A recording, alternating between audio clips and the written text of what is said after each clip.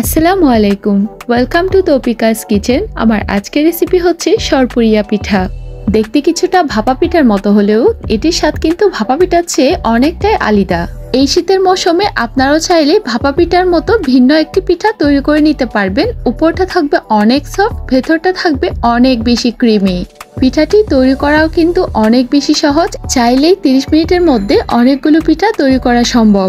যারা কখনো পিঠা তৈরি করেননি তারাও চাইলে প্রথমবারে এরকম সুন্দর সুন্দর পিঠাগুলো তৈরি করে নিতে পারবেন। আজকে আমি আপনাদেরকে সরপুরিয়া পিঠার নো ফেল রেসিপি দেখিয়ে দিব। পিঠা তৈরি করার জন্য প্রথমে আমি একটি লিকুইড তৈরি করব। সেজন্য আমি 1 কাপ এবং আরো হাফ কাপের মতো পানি দিয়েছি। তারপর 1 কাপের মতো গুড় দিয়ে দিচ্ছি। এখন আমি চুলার জাল মিডিয়ামে রেখেছি। গুড়গুলো লিকুইড হওয়া পর্যন্ত ওয়েট করব।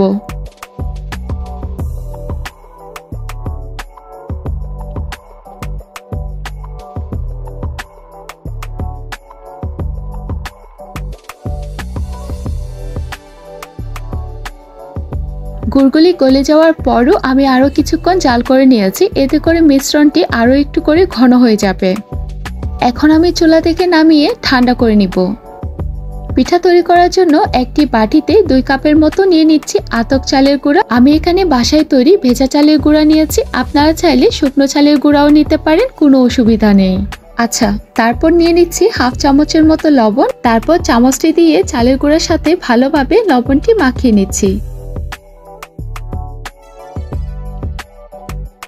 এই পর্যায়ে আমি গুড়ের মিশ্রণটি দিয়ে দিচ্ছি। আস্তে আস্তে করে আলতো হাতে মাখাতে থাকবো।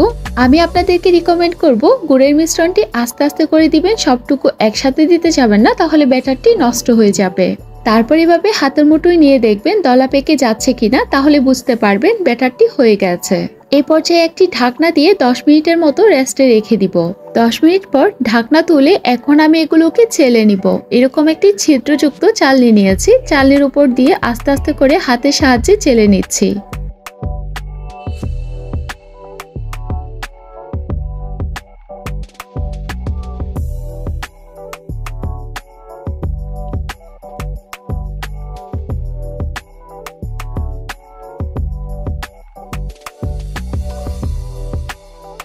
সবটুকু একসাথে চেলে নেওয়ার পর এই তো দেখতে পাচ্ছেন ব্যাটারটি কতটা ঝরঝরে হয়েছে।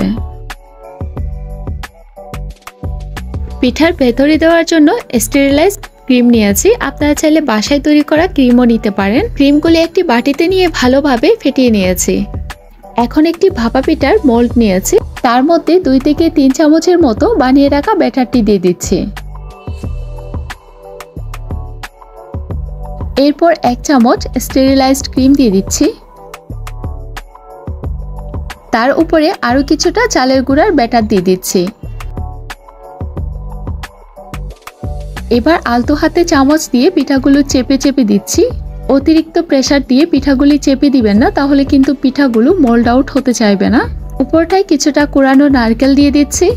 তারপর এরকম ছিদ্র ছিদ্র একটি কাপড় নিয়েছি। আপনারা চাইলে সুতি কাপড়ও নিতে পারেন।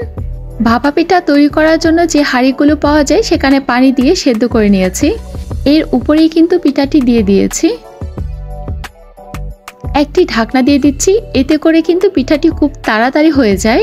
ভাপা পিঠার হাঁড়িগুলো না থাকলে যে কোনো একটি হাঁড়ি নিয়ে নেবেন, তার উপরে একটি স্ট্যান্ড বসিয়ে দিয়ে এরকম ভাপা পিঠার মতো তৈরি করে নিতে পারবেন। দেখতেই পাচ্ছেন পিঠাটি হয়ে গেছে। এখন দেখতে পাচ্ছেন কতটা সুন্দর হয়েছে। আমি আরো একটি পিঠা তৈরি করে দেখাচ্ছি।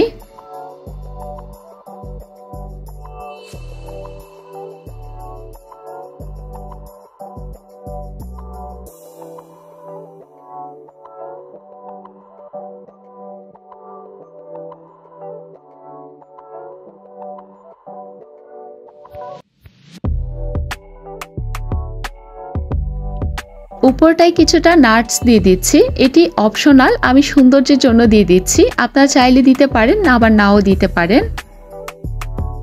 প্রথম পিঠাটি যেভাবে তৈরি করেছি এই পিঠাও একইভাবে তৈরি করে নিচ্ছি। পিঠাগুলো তৈরি করতে অনেক বেশি সময় লাগে না, মাত্র 1 মিনিটের মধ্যে পিঠাগুলো হয়ে যায়।